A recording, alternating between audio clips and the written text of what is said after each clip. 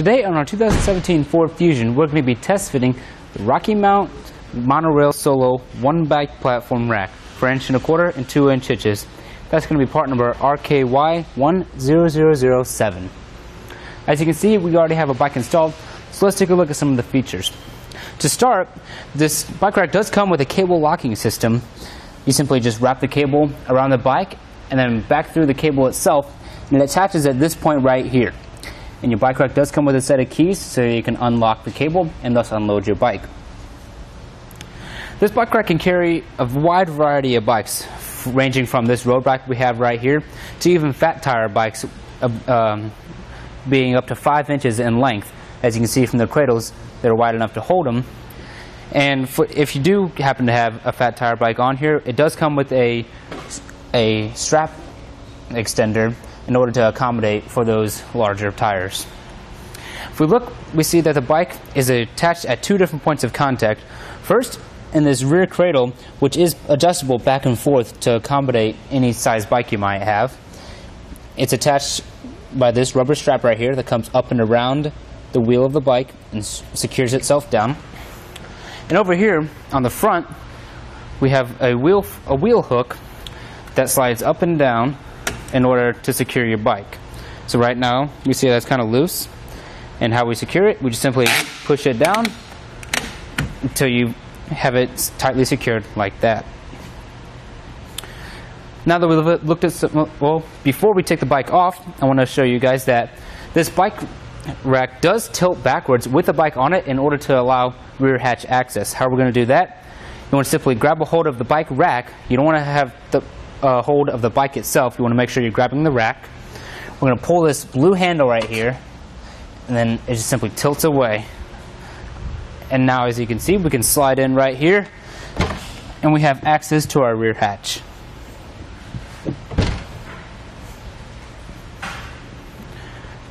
To tilt it back up, you simply just grab the bike rack again. We're going to push until you hear it latch like that. And now we're ready to take the bike off. We'll start back here with this wheel strap. We're simply going to push down on this blue tab. That's going to release the strap like so. And now we'll come up to the wheel hook. Now before you remove the hook, you want to make sure you have a firm grip on your bike, as when you take the wheel off, it's going to be loose and could fall and possibly damage your vehicle. So there's a little blue trigger right here. You're simply going to push down on that blue trigger, and it comes up just like that. And you can fold it down.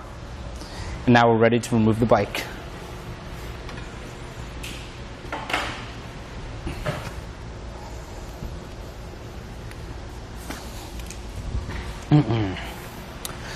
Once we're done removing our bike, we can fold it up in order to help have a compact storage. Simply fold it around, and this hook slides down just like that. And now it's ready for travel without the bike. So we do want to make a few measurements. If we look from the rear of our bumper to the outermost part of our bike rack, we've added on about 18 1/4 inches to the back of our vehicle. For ground clearance, if we look at the bottom of our bike rack to the ground, we're going to see that we have about 12 3/4 inches of ground clearance. And if we look from the innermost part of our bike rack to the bumper, we're going to see that we have about 8 inches on the dot of space.